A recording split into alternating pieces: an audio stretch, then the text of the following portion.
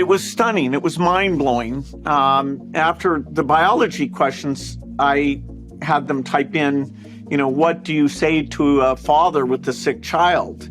And it gave this very careful, excellent answer that, was perhaps better than any of us in the room might have given. And so I was like, wow, what is it? What is the scope of this thing? Because this is way better. Hi, everyone. Welcome to Behind the Tech. I'm your host, Kevin Scott, Chief Technology Officer for Microsoft. In this podcast, we're going to get behind the tech.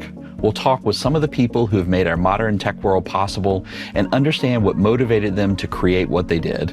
So join me to maybe learn a little bit about the history of computing and get a few behind-the-scenes insights into what's happening today. Stick around.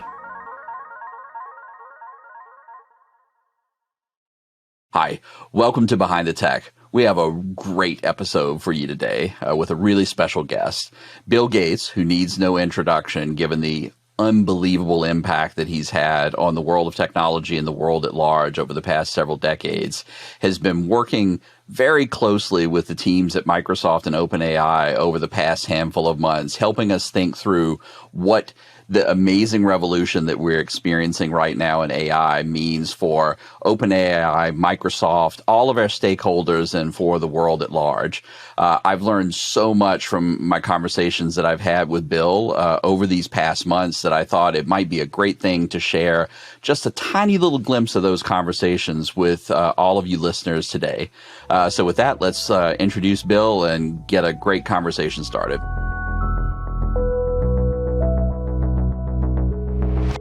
Thank you so much for doing the show today. And I just wanted to jump right in with, maybe one of the more interesting things that's happened in the past few years in technology, which is GPT-4 and ChatGPT and the work that we've been doing together at Microsoft with OpenAI.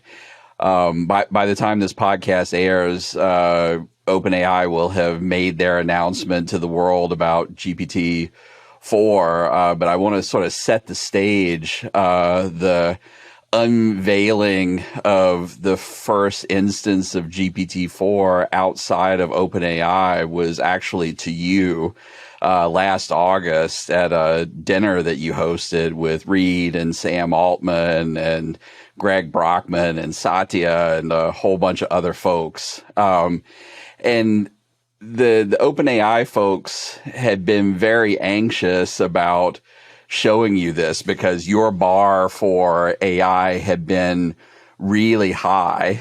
I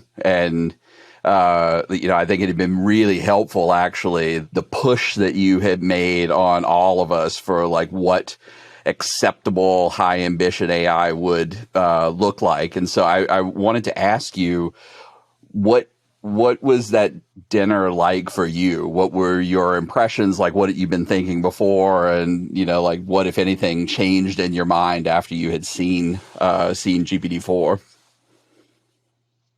Yeah, so AI has always been, the holy grail of computer science. And, when I was young, Stanford Research had Shaky the robot that was trying to pick things up. And there were various logic systems that people were working on.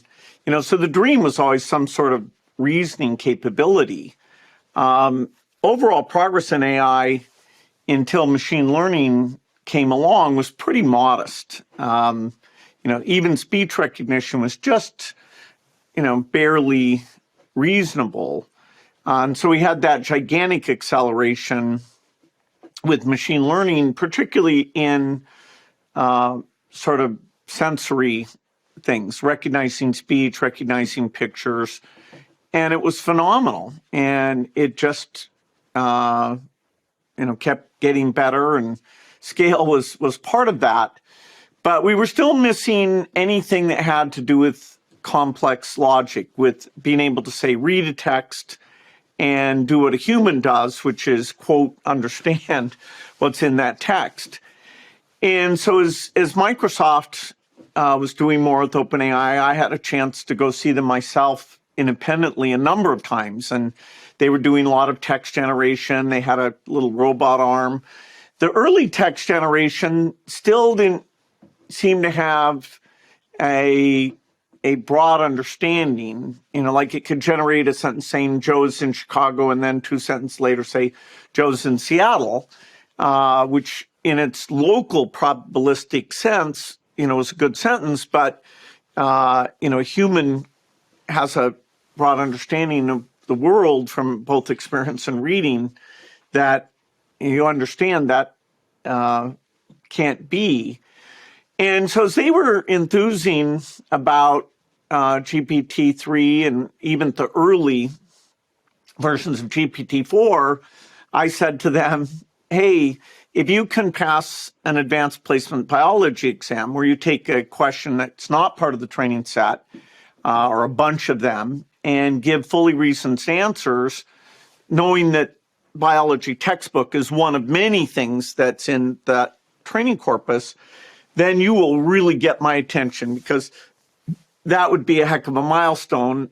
And so, please work on that.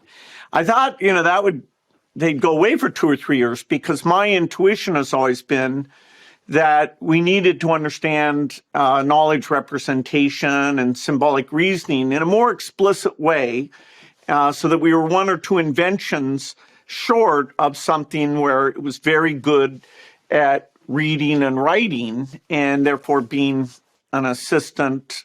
And so it was amazing that, you and Greg and Sam over the summer were saying, yeah, it might not be that long before we want to come demo this thing to you, because it's actually doing pretty well on scientific learning. And in August, they said, yeah, let's schedule this thing. And so in early September, we had a pretty large group over to my house for a dinner.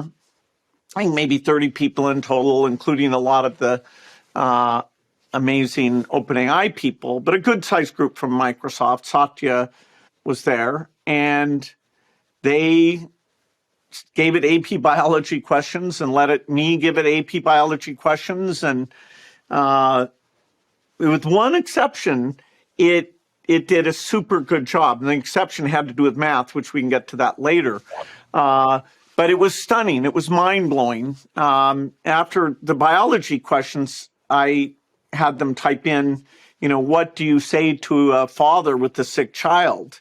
And it gave this very careful, excellent answer that, was perhaps better than any of us in the room might have given.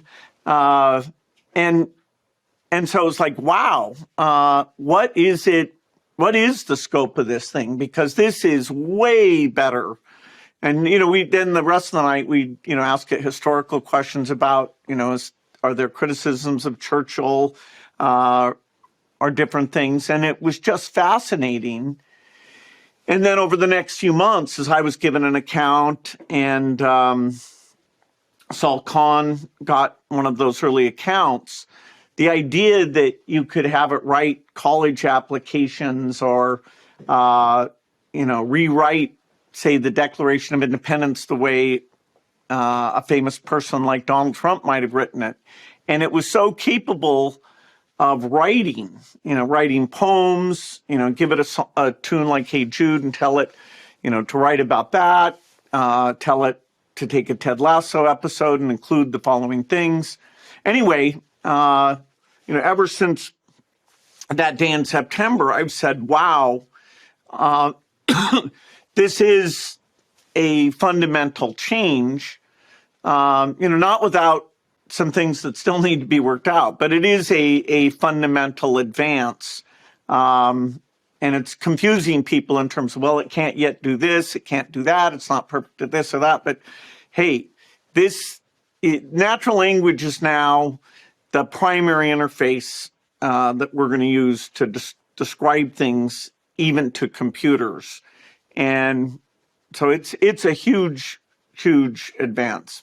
Yeah, so I want to, there's so many different things to talk about here, but maybe the first one is to talk a little bit about what it's not good at, because the last thing that I think we want to do is give people the impression that it is an AGI, that it is perfect, that there isn't a lot of additional work that has to happen to improve it and make it better. You mentioned math as one of the things, and so I thought maybe let's talk a little bit about what you think needs to be better about these systems over time and where we need to focus our energy. Yeah, so it appears to be a general issue that it's knowledge of context when it's being asked, okay, I tell you something and I generate something.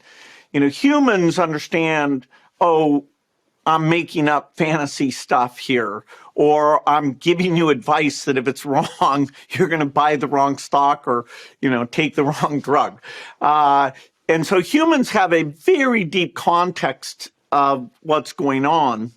Even the AI's ability to know that you've switched context, like if you're asking it to tell jokes and then you ask it a serious question where a human would sort of see from your face or the nature of that change that, okay, we're not in that joking thing. It wants to keep telling jokes. Yes. You almost have to do the reset sometimes to get it out of the, hey, whatever I bring up, just make jokes about it. And so I do think that sense of context, there's work. It also, in terms of how hard it should work on a problem, when you and I see a math problem, we know, wow, I may have to apply simplification 5 or 6 times to get this into the right form. And so, we're kind of looping through how we do these reductions, whereas today, the reasoning is a sort of linear chain of descent through the levels. And if simplification needs run 10 times, it probably won't. So, math is a very abstract type of reasoning. And right now, I'd say that's the greatest weakness. Weirdly, it can solve lots of math problems. And there are some math problems where if you ask it to explain it in an abstract form, make essentially an equation or a program that matches the math problem, it does that perfectly, and you could pass that off to a normal solver. Whereas if you tell it to do the numeric work itself, it often makes mistakes. And it's very funny because sometimes it's very confident that, hey, or it'll say, oh, I mistyped. Well, in fact, there's not a typewriter anywhere in this scene. So the notion of mistyping is really very weird. And so, whether these current areas of weakness, it's 6 months, a year, or 2 years before those largely get fixed. So we have a serious mode where it's not, just making up URLs. And then we have a more fanciful mode. There's some of that already being done largely through prompts and eventually through training. And training it for math, there may be some special training that needs to be done. But these problems, I don't think are fundamental. And, there are people who think, oh, it's statistical. Therefore it can never do X. That is nonsense. Every example they give of a specific thing it doesn't do, wait a few months. And it's very good. So characterizing how good it is, the people who say it's crummy are really wrong. And the people who think this is AGI, they're wrong. And those of us in the middle are just, trying to make sure it gets applied in the right way. There's a lot of activities like, helping somebody with their college application. What's my next step? What haven't I done? I have the following symptoms that are, in fact, far within the boundary of things that it can do quite effectively. Yeah. Well, I want to talk a little bit about this notion of it being able to use tools to assist it in reasoning.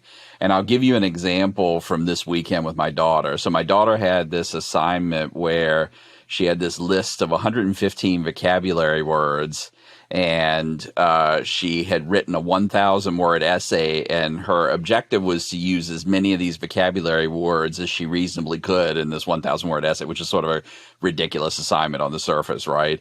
But she had written this essay, and she was going through this list, trying to manually figure out like what her tally was on this vocabulary list, and it was boring, and she was like, all right, like I want the shortcut here, like, Dad, can you get me a ChatGPT account, and can I just put this in there and it will do it for me?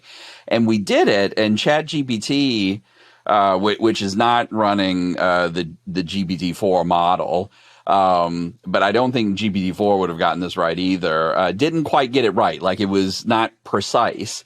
But the thing then that I got her to do with me is I was like, well, let's let ChatGPT write a little Python program that can very precisely, I mean, like, this is a very simple intro CS problem here. And like, the fact that the Python code for solving that problem was perfect and I got my solution immediately, like, it's just amazing. And like, my 14-year-old daughter, who doesn't program, understood everything that was going on. I don't know, like, if you've reflected much over these past months about, like, because essentially when we are trying to solve a complicated math problem, we've got a head full of cognitive tools that we pick up, like these abstractions that you're talking about, to help us break down like very complicated problems into smaller, less complicated problems that we can solve. And like, I think it's a very interesting idea to think about how these systems will be able to do that with code. Yeah, it's so good at writing. That's just a mind-blowing thing. But when you can use natural language, like, say, for a drawing program, that you want various objects and you want to change them in certain ways, sure, you still want the menus there to touch up the colors, but the primary interface for creating a from-scratch drawing will be language. And if you want a document summarized, that's something that it can do extremely well. And so when you have large bodies of texts, when you have text creation problems, there was a ChatGPT thing where a doctor who has to write to insurance companies to explain why he thinks something should be covered, that's very complicated. And it was super helpful. Now, he was reading that letter over to make sure it was right. In ChatGPT 4, we took the version 4 stuff, we took complex medical bills and we said, please explain this bill to me. What is this? And how does it relate to my insurance policy? And it was so incredibly helpful at being able to do that. Explaining concepts in a more simpler form. It's very, very helpful at that. And so there's going to be a lot of tasks where there's just huge increased productivity, including a lot of documents, payables, accounts receivables. Just take the health system alone. There's a lot of documents that now software will be able to characterize them very effectively. Yeah. So one of the other things that I wanted to chat with you about, like, you have this really unique perspective in your involvement in several of the big inflection points in technology. So for two of these inflections, like, you were either like, one of the primary architects of the inflection itself, or, like one of the big leaders. So like, we wouldn't have the PC, personal computing ecosystem without you. And like, you played like a really substantial role in getting the internet available to everybody, and making it a ubiquitous technology that everyone can benefit from. To me, this feels like another one of those moments where a lot of things are going to change. And, I wonder, what your advice might be to, people who are thinking about, like, oh, I have this new technology that's amazing that I can now use. Like, how should they be thinking about how to use it? Like, how should they be thinking about the urgency with which they are, pursuing these new ideas? And and like, how does that relate to how you thought about things in the PC era and the internet era? Yeah, so the industry starts really small, where computers aren't personal, and then through the microprocessor and a bunch of companies, we get the personal computer. IBM, Apple, and Microsoft got to be very involved in the software. Even the basic interpreter on the Apple II, very obscure fact, was something that I did for Apple. And that idea that, wow, this is a tool that, at least for editing documents, that you have to do all the writing, that was pretty amazing. And then connecting those up over the internet was amazing. And then moving the computation into the mobile phone was absolutely amazing. So, once you get the PC, the internet, the software industry, and the mobile phone, the digital world is changing huge parts of our activities. I was just in India, seeing how they do payments digitally, even, for government programs. It's an amazing application of that world to help people who never would have bank accounts because the fees are just too high. It's too complicated. And so we continue to benefit from that foundation. I do view this, the beginning of computers that read and write, as every bit as profound as any one of those steps. And a little bit surprising because robotics has gone a little slower than I would have expected. And I don't mean autonomous driving. I think that's a special case that's particularly hard because of the open-ended environment and the difficulty of safety and what safety bar people will bring to that. But even factories where you actually have a huge control over the environment of what's going on, and you can make sure that, no kids are running around anywhere near that factory. So, a little bit people have saying, okay, these guys can overpredict, which that's certainly correct. But here's a case where, we underpredicted that natural language and the computer's ability to deal with that and how that affects white collar jobs, including sales, service, helping a doctor think through what to put in your health record. That I thought was many years off. And so all the AI books, even when they talk about things that might get a lot more productive, will turn out to be wrong. And because we're just at the start of this, you could almost call it a mania, like the internet mania. Yeah. But, the internet mania, although it had its insanities and things that, I don't know, sock puppets or things where you look back and say, what were we thinking? It was a very profound tool that now we take for granted. And, even just for scientific discovery, during the pandemic, the utility of the immediate sharing that took place there was just phenomenal. And so this is as big a breakthrough, a milestone, as I've seen in the whole digital computer realm, which really starts when I'm quite young. Yeah.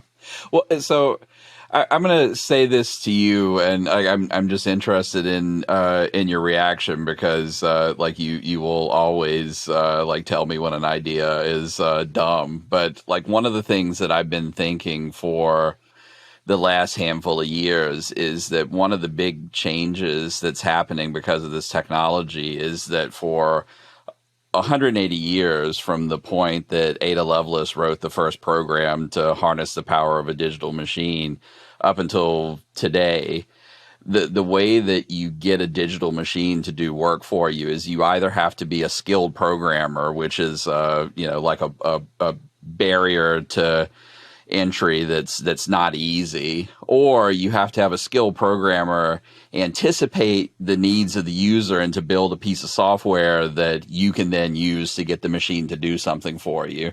And this may be the point where we get that paradigm to change a little bit, where because you have this natural language interface and these AIs can write code and like they will be able to actuate a whole bunch of services and systems that, yeah, we sort of give ordinary people the ability to get very complicated things done with machines without having to have like all of this expertise that you and I spent many, many years, building. No, absolutely. Every advance, hopefully lowers the bar in terms of who can easily take advantage of it.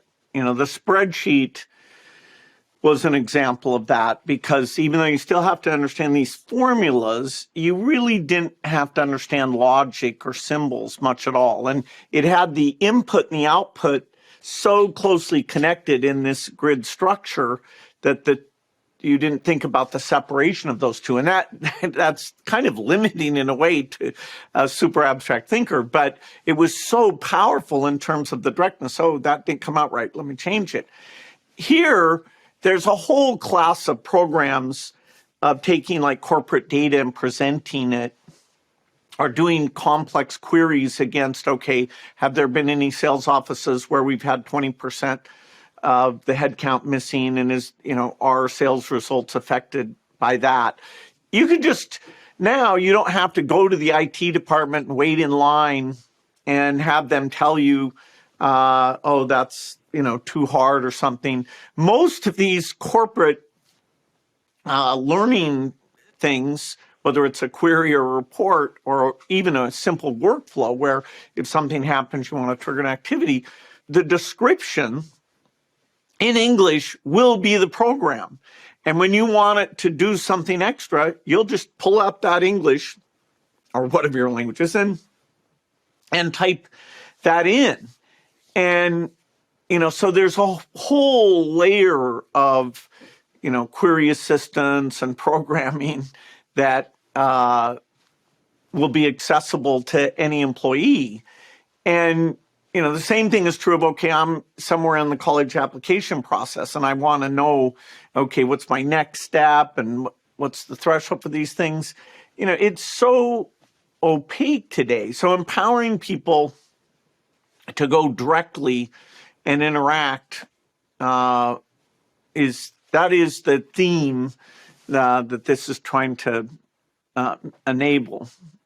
So I wonder what some of the things are that you are most excited about, just in terms of application of the technology to the things that you care about deeply from the foundation or your personal perspective. So you care a lot about education, public health, climate, and sustainable energy. You have all of these things that you're working on, and like, have you been thinking about how this technology impacts any of those things?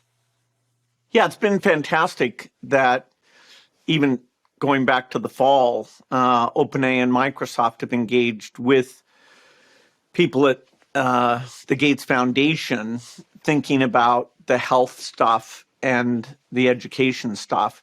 In fact, Peter Lee's going to be publishing some of his thinking, which is somewhat focused on rich world health, but it's pretty obvious how that work, in a sense, is even more amazing in health systems where you have so few doctors, and getting advice of any kind is so incredibly difficult.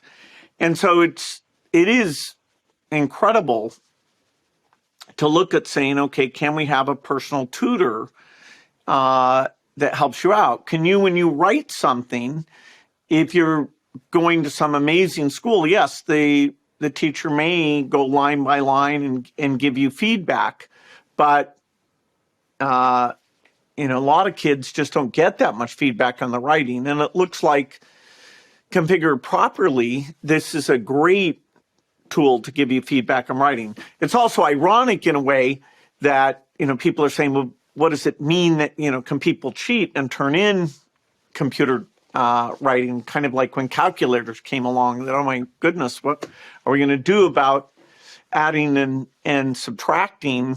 And of course, they did create contexts where you couldn't use the calculator, and they did we got through that without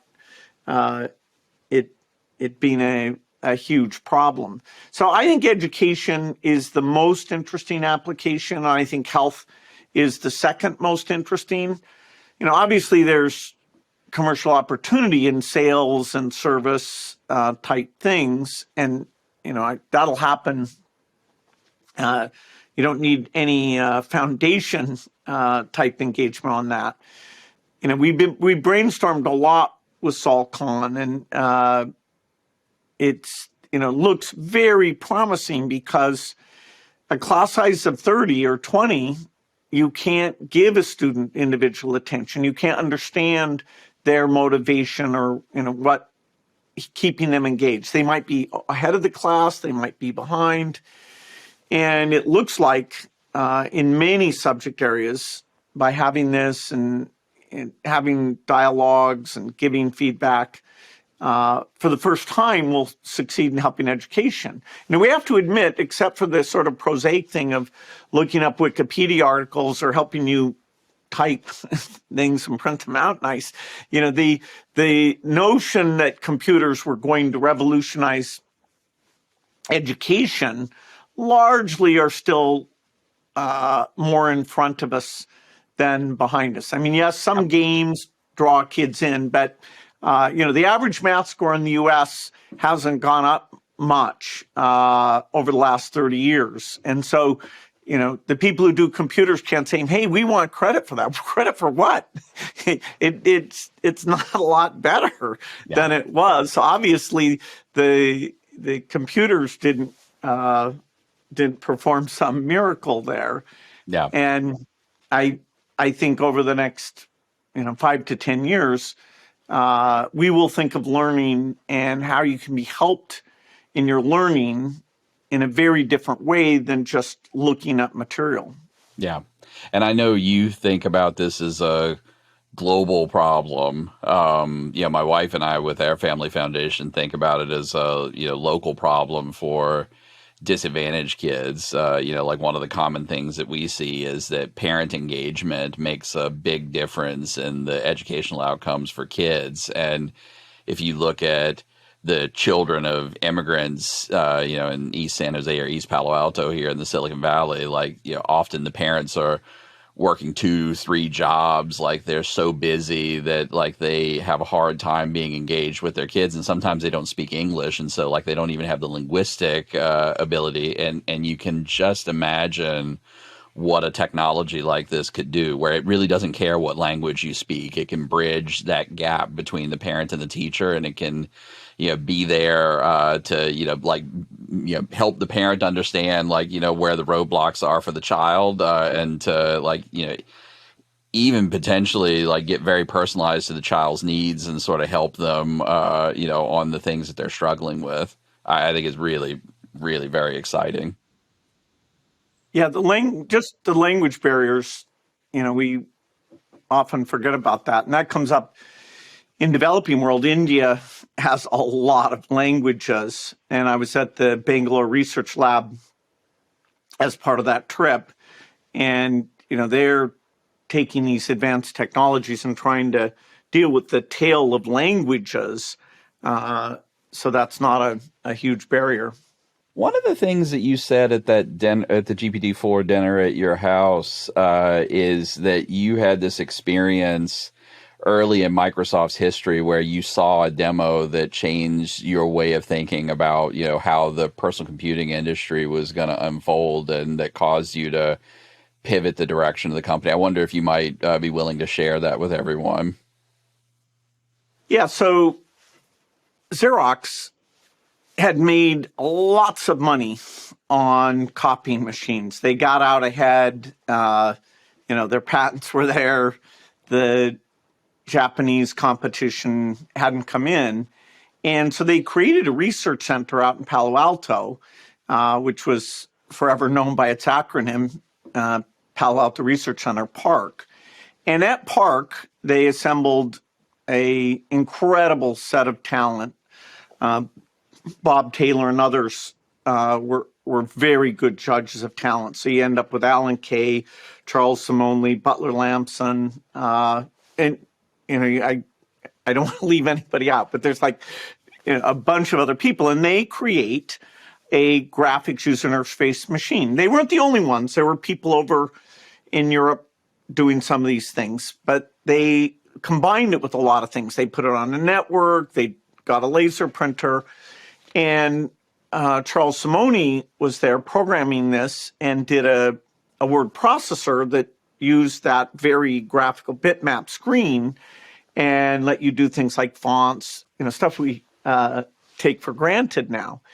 And so I went and visited Charles at Park at night, and he demoed what he had done with this Bravo word processor, and then he printed on the laser printer a document of all the things that should be done, if there were cheap, pervasive computers. And he and I brainstormed that, and he updated the document and printed it again. And it just blew my mind. And, the agenda for Microsoft came out of, that's like in, that's 1979 that Wow. I'm with him. And computers are still, completely character mode. And, so that's when the commitment to do software for the Mac emerges from Steve Jobs having a similar experience with Bob Belleville at Xerox PARC. And, Xerox built a very expensive machine called the Star that they only sold a few thousand of because, people didn't think of word processing as something you would pay. You had to come in really at the low end. So PCs with first character mode, but later graphics word processing. So I hired Charles. Charles helped do Word and Excel and many of our great things. And eventually, 15 years after Charles had shown me his thinking and we'd brainstorm, we largely achieved through Windows and Office on both Windows and Mac, we'd largely achieved that piece of paper. But so I told the group that was the other demo that had kind of blown my mind and made me think, okay, what can be achieved in the next 5 to 10 years? We should be more ambitious, taking advantage of this breakthrough, even with the imperfections that we're going to reduce over time. Yeah, it was a really powerful and motivating anecdote that you shared. So maybe one last thing here, before we go, or maybe two more things. So, what do you think are the big grand challenges that we ought to be thinking about, over the next 5 to 10 year period? So like in a sense like this, I actually have this piece of paper that Charles wrote. It's like here by my desk frame because I think it was one of the more unbelievable predictions of a technology cycle that anybody's ever written. And I don't know why everybody doesn't know about the existence of this thing. It's just unbelievable.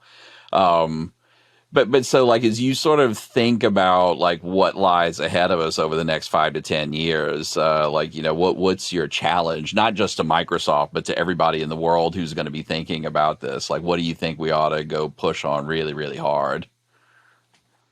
Well, there'll be a set of innovations on how you execute these algorithms. Lots of chips, some movement from silicon to optics to reduce the energy and the cost. So immense innovation, where NVIDIA's the leader today, but others will try and challenge them as they keep getting better and, using even some radical approaches because we want to get the cost of execution on these things and even the training dramatically less than it is today. Ideally, we'd like to move them so that often you can do them on a self-contained client device, not have to go up to the cloud to get these things. So lots to be done on the platform that this uses. Then we have an immense challenge in the software side of figuring out, okay, do you just have many specialized versions of this thing, or do you have one that just keeps getting better? And there'll be immense competition of those two approaches. Even at Microsoft, we'll pursue both in parallel with each other. And ideally, within a contained domain, we'll get something that the accuracy is provably extremely high by limiting the areas that it works in and by having the training data and even perhaps some pre-checking, post-checking type logic that applies to that. I definitely think areas like sales and service that there is a lot that can be done there, and that's super valuable. The notion that there is this emergent capability means that the push to try and scale up even higher, that'll be there. Now, what corpuses exist, once you get past, every piece of text and video, are you synthetically generating things? And do you still see that, improvement as you scale up? Obviously, that'll get pursued. And, the fact that it costs billions of dollars to do that won't stand in the way of that going ahead in a very high-speed way. And then, there's a lot of societal things of, okay, where can we push it in education? It's not that it'll just immediately understand student motivation or student cognition. There'll have to be a lot of training and embedding it in an environment where the adults are seeing the engagement of the student and seeing the motivation. And so even though you free up the teacher from a lot of things, that personal relationship piece, you're still going to want all the context coming out from those tutoring sessions to be visible and help the dialogue that's there with the teacher or with the patient. And so, Microsoft talks about making humans more productive. So some things will be automated, but many things will just be facilitated where the final engagement is very much a human, but a human who's able to get a lot more done than ever before. So the number of challenges and opportunities created by this is pretty incredible. And, and I can see how engaged the OpenAI team is by this. I'm sure there's lots of teams I don't get to see that are, pushing on this. And the size of the industry, when the microprocessors invented, the software industry was a tiny industry. We, could put most of us on a panel and they could complain that I work too hard and it shouldn't be allowed. We could all laugh about that. Now this is a global industry with, and so it's a little harder to get your hands around. I get a weekly digest of all the different articles about AI that are being written. Can we use it for moral questions, which seems silly to even ask to me, but fine, people can ask whatever they want to ask. This thing has the ability to move faster because the amount of people and resources and companies is way beyond those other breakthroughs that I brought up and was privileged to live through. Yeah. One of the things for me that has been really fascinating, and I think, like I'm going to say this just as a reminder to folks who are thinking about pursuing careers in computer science and becoming programmers. So I spent most of my training as a computer scientist in my early part of my career as a systems person. So I wrote compilers and like tons of assembly language and design programming languages. Which I know you did as well. And I sort of feel like a lot of the things that I studied just in terms of parallel optimization and high performance computer architectures in grad school. I left grad school and went to Google and thought I would never use any of this stuff ever again. And then all of a sudden now, we're building supercomputers to train models and these things are relevant again. And I think, it's interesting. Like, I wonder what Bill Gates, the young programmer, would be working on, if you were in the mix right now, writing code for these things, because there's so many interesting things to go work on. What do you think you as a 20-something-year-old young programmer would get really excited about in this stack of technologies?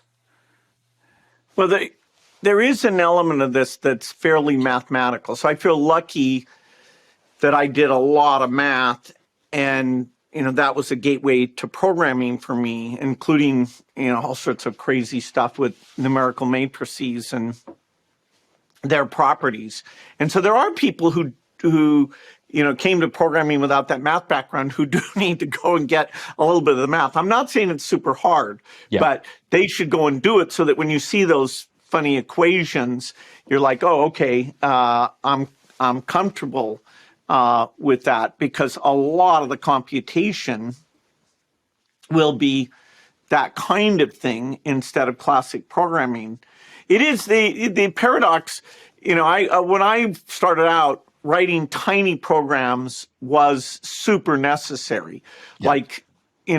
The original Macintosh is a 128K machine, 128K bytes, 22K of which is the bitmap screen.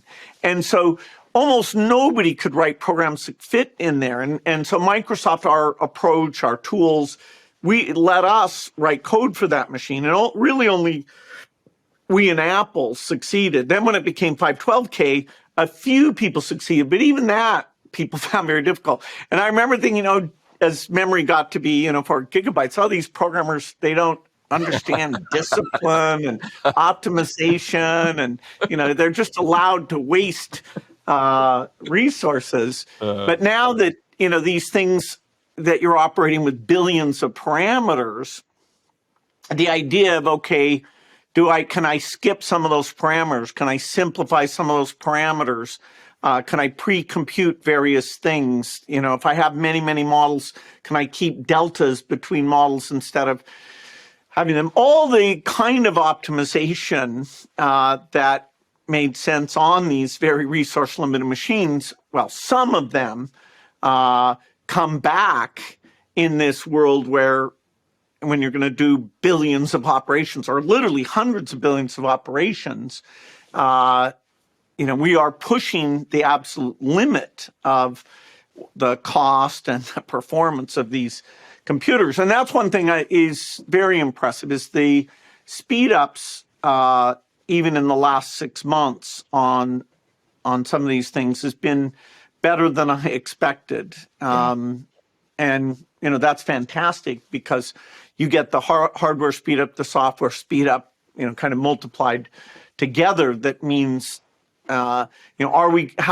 resource bottleneck will we be over the next couple of years? That's less clear to me now that these improvements are taking place, although I still worry about that and how we make sure that companies broadly, and Microsoft in particular, allocates that in a smart way. So understanding algorithms, understanding, why certain things are fast and slow, that is fun. The systems work that in my early career is just one computer and later kind of a network of computers. Now that systems where you have data centers with millions of CPUs, it's incredible the optimization that can be done there. Just, how the power supplies work or how the network connections work. And anyway, almost every area of computer science, including database type techniques, programming techniques, this kind of forces us to think about in a really new way. Yeah, I could not agree more. So last question. I know that you are incredibly busy, and you have the ability to choose to work on whatever it is that you want to work on. But I want to ask you anyway, like, what do you do outside of work for fun? I ask everybody who comes on the show that. Oh, that's great. I get to read a lot. I get to play tennis a lot. During the pandemic, I was down in California in the fall and winter, and I'm still enjoying that, although the foundation's meeting in person and some of these Microsoft OpenAI meetings, it's been great that we've been able to do those in person, but some we can just do virtually. So anyway, I play pickleball because I've been playing for over 50 years, tennis, and I like to read a lot. I goofed off and went to the Australian Open for the first time because it's nice warm weather down there, and that. So I actually want to push on this idea of read a lot. So you say you read a lot, which is not the same as like what most people say when they say they read a lot. You're famous for carrying around like a giant tote bag of books with you everywhere you go, and you read a insane amount of stuff. Everything from like really difficult science books, all the way to fiction. So like, how much do you actually read? Like what's a typical pace of reading for Bill Gates? If I don't read a book in a week, then I can relook at what I was doing that week. If I'm on vacation, then I'll, hope to read more like 5, 6, or 7. Of course, books are quite variable in size. Over the course of the year, I should be able to read close to 80 plus books. I have younger children who read even more than I do. So it's kind of like, oh, geez, I have to be, which Sowell books am I going to read? I still, read all the Schmiel, Pinker, some authors that are just so profound and have shaped my thinking. But, reading's kind of relaxing. I should read more fiction. When I fall behind, my nonfiction list tends to dominate. And yet, that people have suggested such good fiction stuff to me. And that's why, I kind of share my reading list on Gates Notes. And yeah. So what's the over under? You're famous for saying that you want to read David Foster Wallace's Infinite Jest, like over under that happening in 23. Well, if there hadn't been this darn AI advance that's distracting me, I'm kidding you, but it's really true. I have allocated, and with super excitement, a lot more time to, sitting with Microsoft product groups and saying, okay, what does this mean for security? What does it mean for Office? What does it mean for our database type thing? Because I love that type of brainstorming because new vistas are opened up. So no, it's all your fault. No Infinite Jest this year. Excellent. Well, I appreciate you making that trade because it's been really fantastic over the past 6 months having you help us think through all of this stuff. So thank you for that. And thank you for doing the podcast today. Really, really appreciate it. No, it's fun, Kevin. Thanks so much.